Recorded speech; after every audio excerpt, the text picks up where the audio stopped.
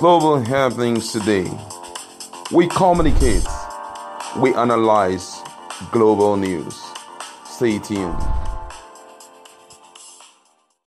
Hello guys, welcome back to our channel. We are so excited to have you again, and now we're looking at Governor Wike of Rivers State and also the federal government. Governor Wike has been in the news for a while now, and it's because of some of the drastic action he has taken, one of which is the demolition of hotel and also using the same hotel site for building of proposing to build a primary school there.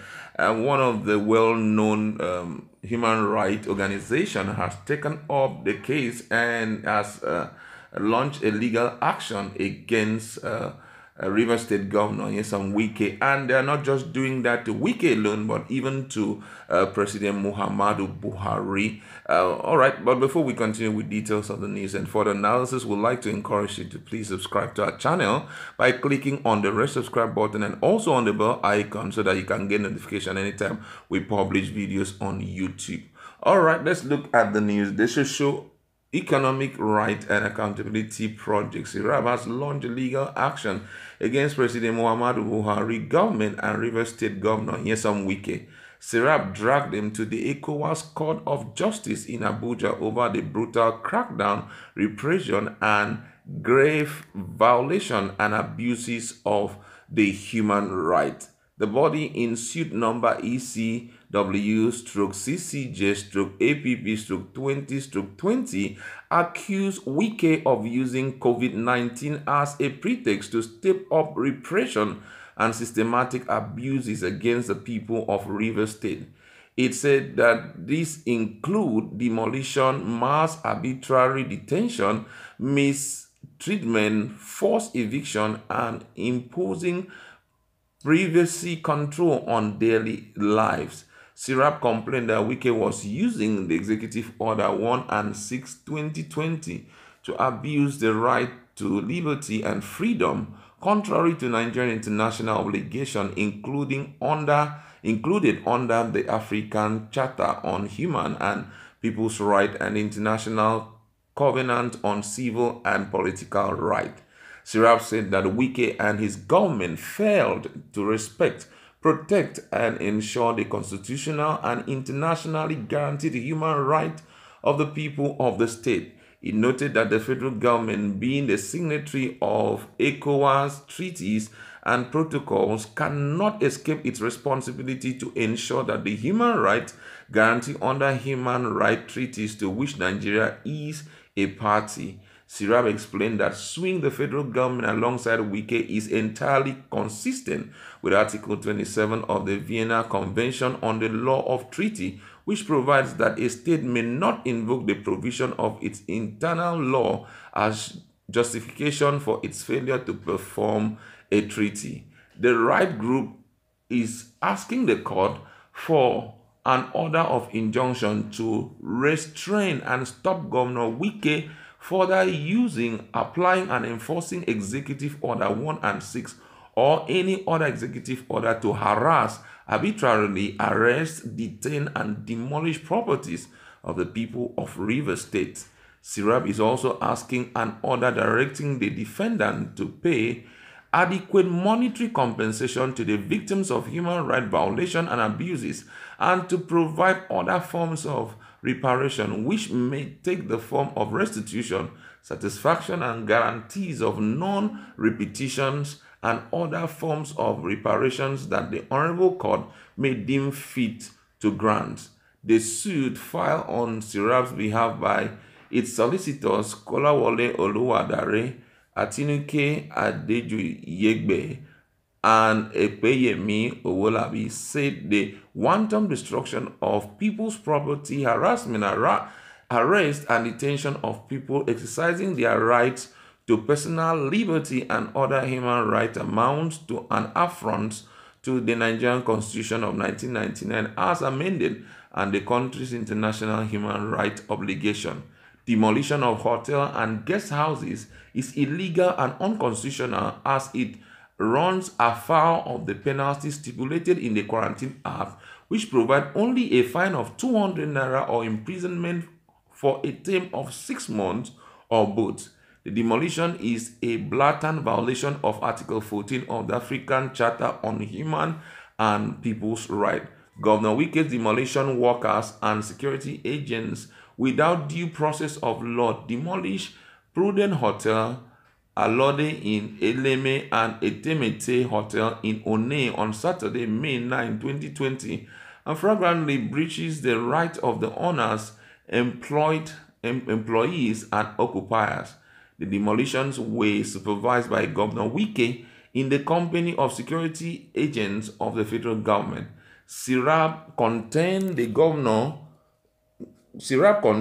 that Governor Wike, with the complicity or support of the federal government of Nigeria, carried out this demolition without giving adequate notice, compensation, alternative hotel, or affording the victims legal remedies. Many people have now been deprived of their means of livelihood, employment, and shelter, and exposed to other serious human rights violations and abuses.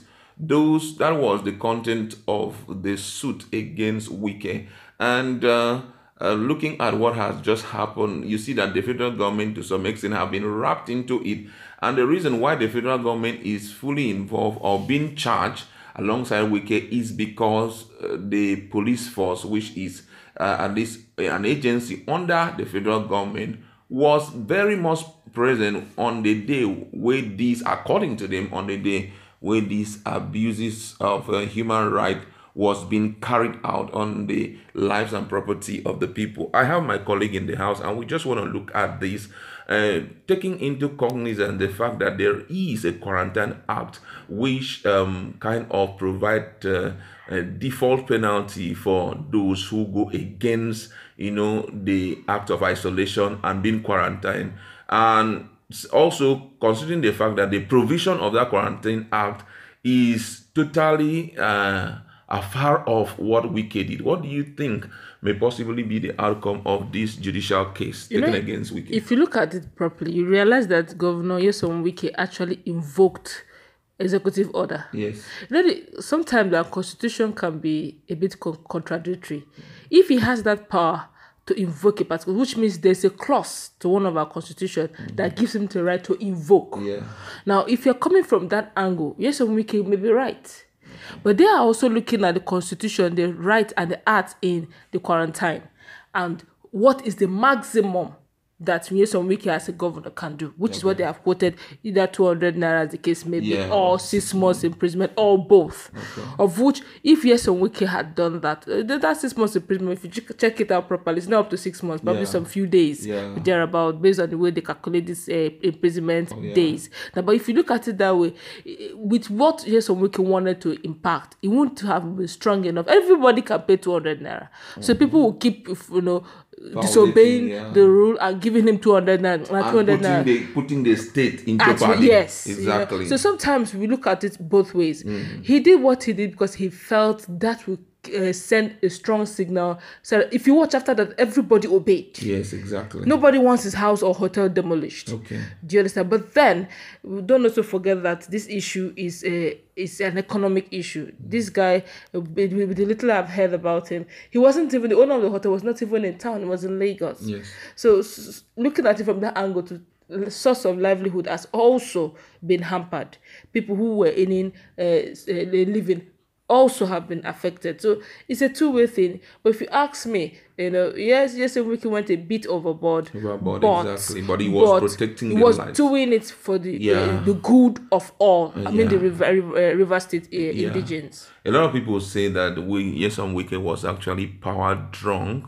And the way those words came out was the fact that Wike, after the demolition of those hotels, didn't leave it bare, had already proposed building a primary school on those sites. So most people believe that he is actually stepping on the fundamental human right of those people, because if our penalty had been you demolishing our building, how about the landed property? Why are you trying to take it over and thinking of building something? There was one I read, I felt so sad when I read it actually, when the matter went to court at some point, and then after it was a state tribunal thing. Most tribunal stuff stuff is mostly handled by the state. And the way Nigeria is generally is done, sometimes our judiciary are not totally independent. Yeah. So persons believe that when it comes to where the state have power, the governors, executive powers have power over the tribunal, it can be, worked on. What a Wike may beat, was the fact that on that very day of the verdict, the defense counsel, that's the young man whose hotel was demolished, his lawyer, his defense counsel, was the road he was supposed to come into the court was on lockdown.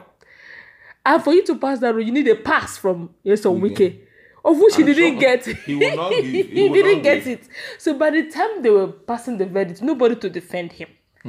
So at the end of the day, he's even to pay 50,000 naira to Governor Wike for disobeying the executive order and all that. So people, he cried out. Even his defense counsel felt this is kangaroo. It's not right. It's not done. Why didn't you give me a pass to come and defend my clients and all that? So when I started, I felt a bit bad. It would have just at least.